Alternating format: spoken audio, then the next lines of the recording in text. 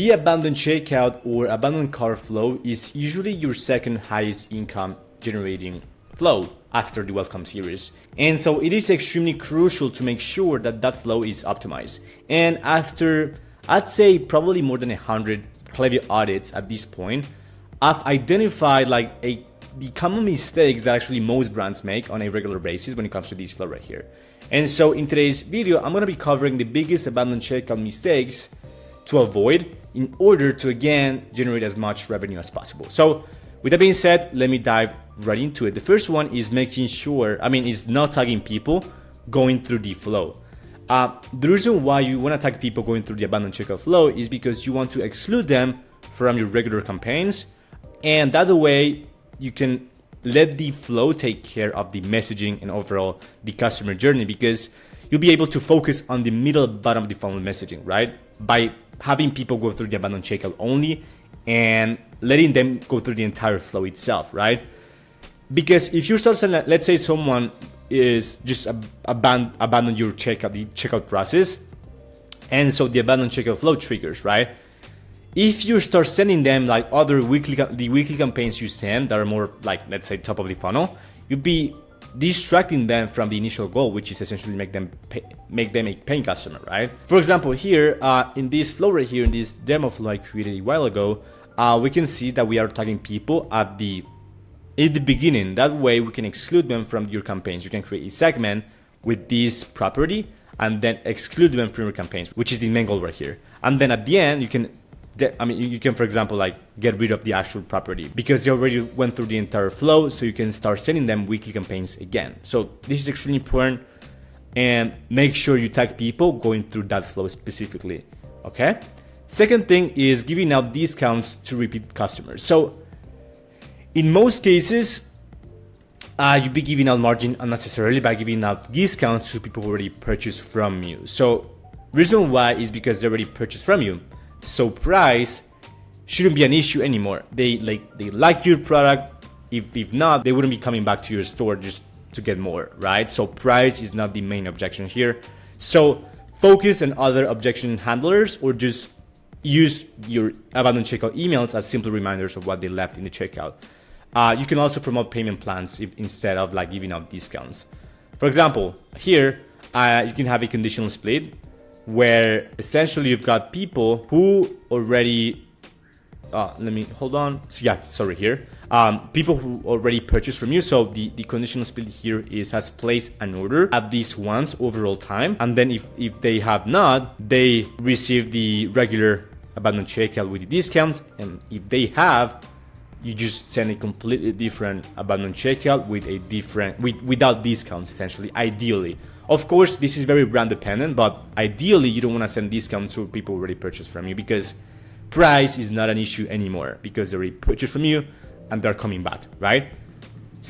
Thirdly, we've got very short flows. This is a big one I see all the time. Is like I audit Klaviyo accounts all the time, and most brands have like a 1 to 2 abandoned checkout flow. A 1 to 2 email abandoned checkout flow, which is extremely short. You want to make sure the abandoned checkout is at least like 4 emails long, right? Because you should cover multiple USPs and handle different objections. The first few emails, they are mostly like simple reminders, but after that you want to handle different objections, etc., etc. And especially for more expensive products, the sales process is a little bit longer, so you want to make sure that again you cover different objections, you cover your unique selling points, and again you give people enough time to purchase from you. If you have a 2 email sequence for your abandoned checkout, that's extremely short, right? As I mentioned before, so the sales process might be longer, especially again if your products are more expensive. So make sure your email abandoned checkout flow is at least like 4 emails long for sure.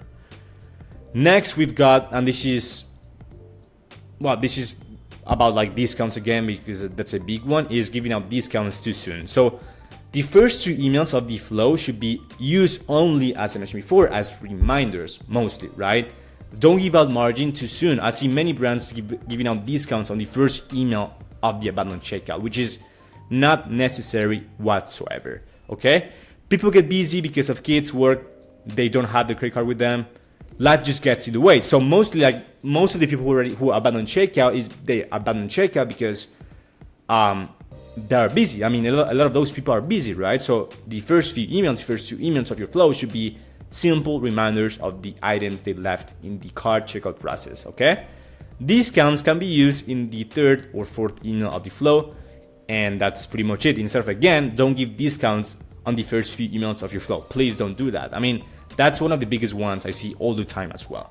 It's not necessary whatsoever.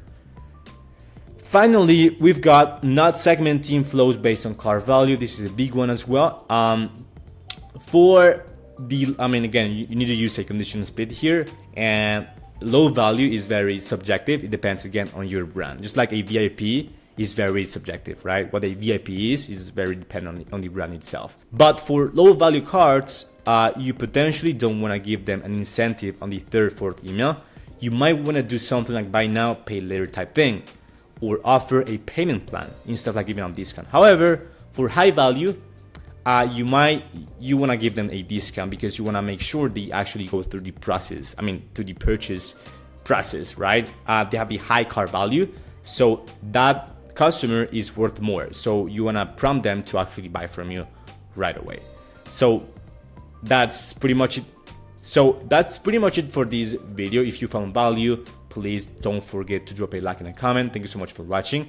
If you're running an e-commerce brand doing over 100K per month right now and you want a high-performing email marketing team to handle everything when it comes to your email marketing, so flows, automations, campaigns, campaign ideation, offer creation, opt-in forms, everything, make sure to book a call with me below. I'm gonna leave a link to my scheduler, to my Calendly in the description box below. Feel free to book time that works for you. We can go over your Klaviyo account, put together an audit and plan of attack, and see if it makes financial sense for you as well. So yeah, thanks so much for watching, and I'll see you in the next one. Bye bye.